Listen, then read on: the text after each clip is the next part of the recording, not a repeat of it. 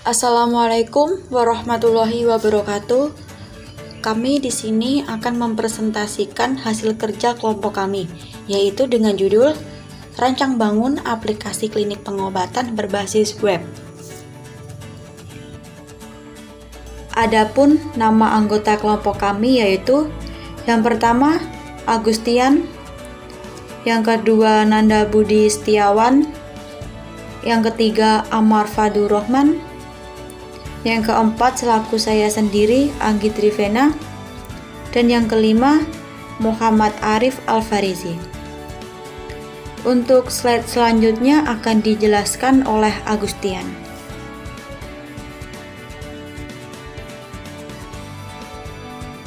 Manajemen proyek.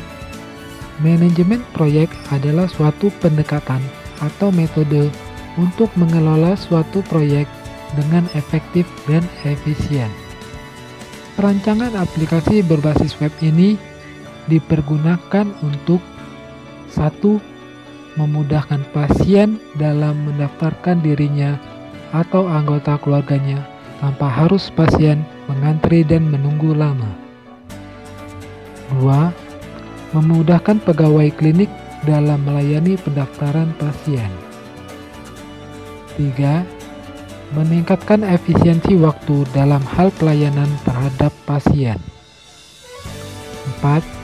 Memudahkan pasien dalam mengetahui hasil rekam mediknya sehingga pasien dapat mengetahui penyakit yang sedang menyerang sistem kekebalan tubuhnya. 5. Memudahkan staf administrasi klinik dalam pembuatan laporan tanpa harus mengeluarkan biaya yang besar. Dalam hal ini, aplikasi berbasis web adalah pilihan yang tepat, karena sistem operasi ini bersifat online.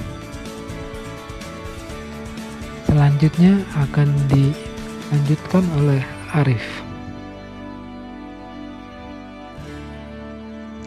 Ya, saya akan menjelaskan perancangan aplikasi klinik pengobatan berbasis web. Terdapat 5 bagian dalam perancangan aplikasi ini, yaitu analisis, desain sistem, coding atau pembuatan aplikasi, implementasi, dan juga operasi dan pemeliharaan. Di bagian analisis terdapat analisis kebutuhan dan analisis hasil penelitian aplikasi ini. Di dalam desain sistem terdapat desain software dan desain hardware.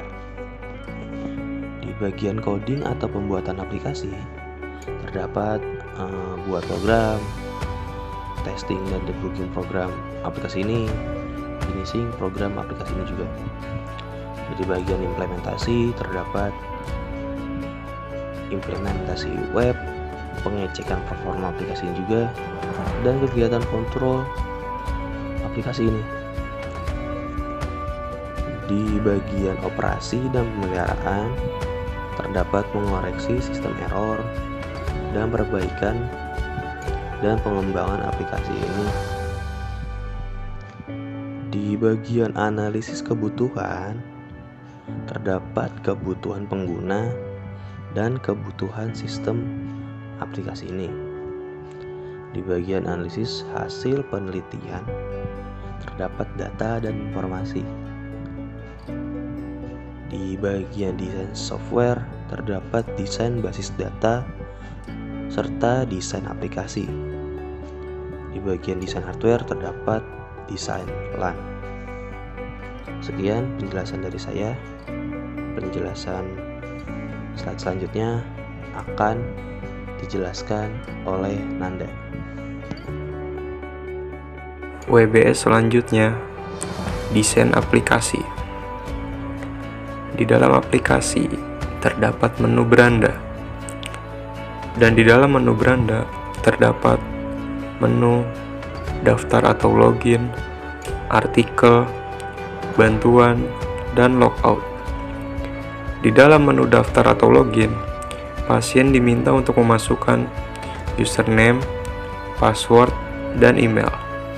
Di dalam menu artikel terdapat kegiatan, tips dokter, dan partner and media publicity. Di dalam menu bantuan terdapat About Us, Help Center, dan Setting. Dan untuk WBS selanjutnya akan dijelaskan oleh Amar. Untuk menu, di dalam menu ada beberapa bagian. Yang pertama itu pasien. Pada bagian pasien terdapat daftar. Dalam bagian daftar terdapat data pribadi. Data pribadi pasien mengisi data dirinya seperti nama, umur, jenis kelamin, dan lain sebagainya. Kemudian penyakit atau gejala. Penyakit atau gejala apa yang dialami pasien tersebut. Kemudian pilihan rumah sakit atau klinik. Pasien memilih rumah sakit atau klinik mana yang ingin dipilih dari banyaknya rumah sakit atau klinik tersebut. Lalu selanjutnya adalah pembayaran. Pasien melakukan pembayaran. Untuk selanjutnya bagian dokter. Di dalam bagian dokter terdapat login atau logout. Kemudian data pribadi dari dokter tersebut. Selanjutnya data pasien, data-data pasien yang mendaftar. Lalu rekam medis, berkas yang berisikan catatan dan dokumen tentang identitas pasien, pemeriksaan, tindakan, dan pelayanan lain yang diberikan kepada pasien. Lalu bagian selanjutnya konsultasi.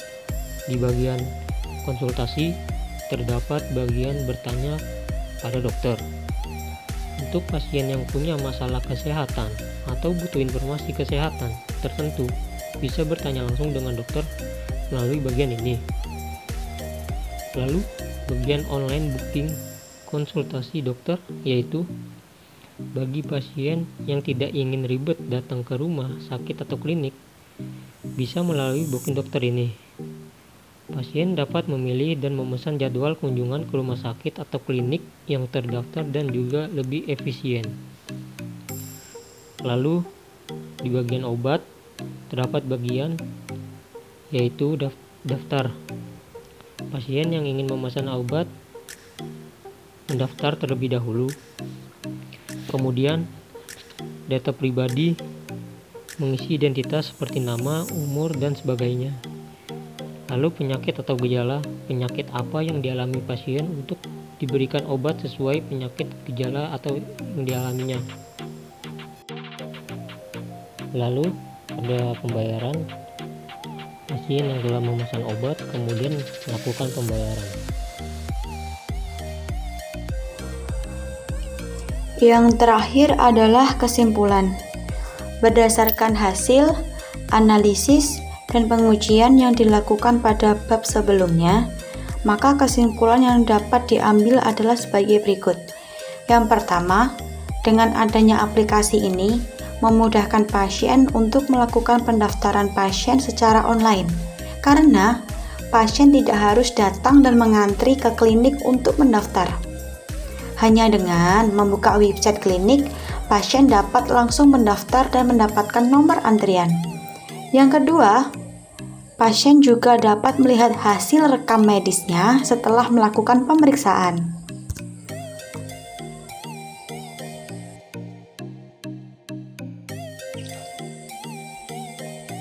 Sekian presentasi dari kami. Jika ada salah dan kurangnya kami mohon maaf. Terima kasih. Wassalamualaikum warahmatullahi wabarakatuh.